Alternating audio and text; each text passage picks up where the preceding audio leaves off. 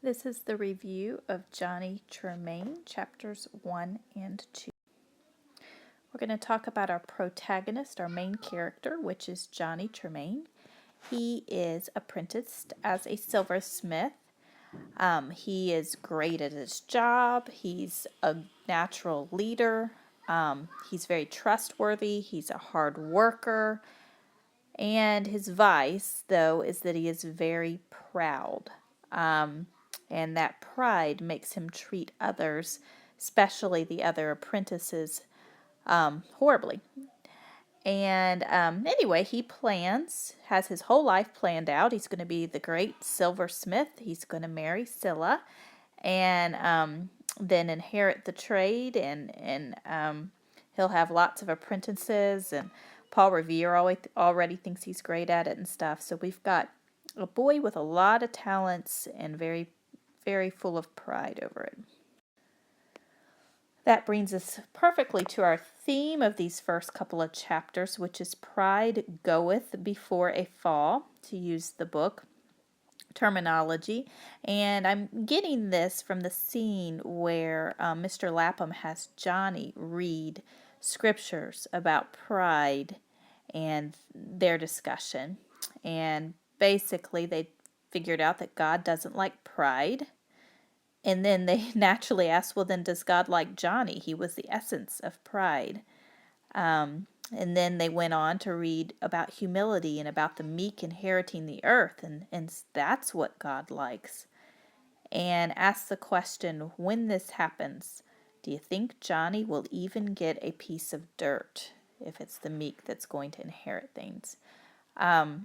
Something to definitely think about. Okay, along with this, the way pride acts is rubbing other people's noses in any of their faults. And we see Johnny doing this all the time with Dove. And it's just, to use a southern term, ugly. And so if you find yourself always putting others down, you may want to check out your pride and think about what God has to say about that. Which brings us to our things to talk about. And what is true humility? And the reason that I ask this question is, if you think humility is thinking that you're not very good at anything and, oh, yeah, no, that was just luck, those kind of comments, that is not humility. That's kind of a false humility. And especially, you guys are talented guys and stuff, that if you shoot for that goal to just think, well, I'm not any better than anybody else at anything, you're going to kind of have a hard time. That's almost trying to deceive yourself. You are better at other people at some things. Now, true humility says I'm not better than anyone, literally, because God created all of us. And, just like he created some of us with different colors of hair and eyes and skin and all that kind of, it's him that we praise for any of our talents and things like that. I just wanted to point out that false humility. I'm getting this, and I highly recommend you read it, from the Screwtape Letters, written by C.S. Lewis. And here's a quote. He says, true humility is self-forgetfulness. It's dwelling on God and others. It is not a low opinion of our own talents and characters. So I don't want you to try to have a low opinion of your own talents. I want you to not even remember yourself. I want you to dwell on God and others. And if you look biblically, I think there's a good definition here of humility. It says, first of all, it says the opposite. So pride is doing things from selfishness or empty conceit, trying to promote yourself. And then it says the opposite of this, humility, is regarding one another as more important than yourself. See that? We're dwelling on others. Don't merely look out for your own personal interests, but also for the interests of others. And then it goes on to say, this is how Jesus Christ was. And he humbled himself and became obedient to God the Father. And Jesus was perfect, okay? So it wasn't that I don't think Jesus ever had a low opinion of himself with his comments like, I am the way, the truth, and the life. That's not true humility. Jesus dwelled on God and others in a way that put them first, and even would go to a cross for others. So with that in mind, I want you to tell somebody, what is the definition of pride? Okay? As you do this, I want you to write out or talk to somebody about what Johnny think, what did he say, and what did he do that makes us define him as proud.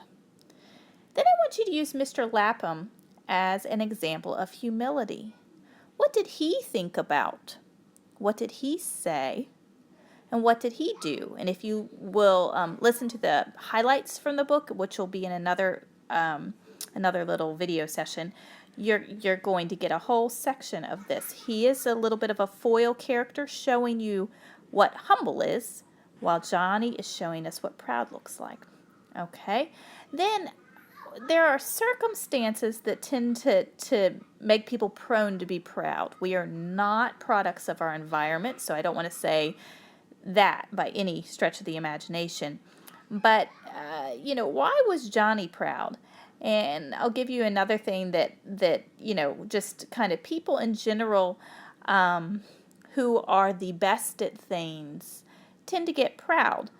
I know that birth order, a lot of you guys are firstborn.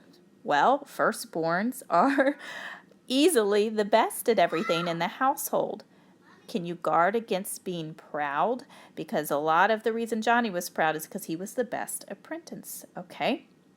So can you also maybe go around some other people that are really good at things and respect that, okay? What circumstances creates a humble person? Now, these are circumstances, like I said, you can put into your own life and think about, why was Mr. Lapham humble? What was he thinking about, saying, and doing? What circumstances made it so? And maybe even just that he was older and had lost some of his skills, that sort of thing. Okay? So then naturally this goes into, well, what about you? What do you say, do, and think that's proud? And what do you say, do, or think that's humble? And how can you be good at things? And I hope you are, and I know you are, and still be humble, okay? And remember our definition. It's thinking about God and others. It's self-forgetfulness, okay? Letting yourself be a living sacrifice for Christ with all of those gifts he created into you. And with that in mind, I almost answered our third question. Why is true humility so important to be a testimony to the gospel? Okay? What happens if a proud person is saying they're living out the gospel? Why is that an oxymoron? Okay.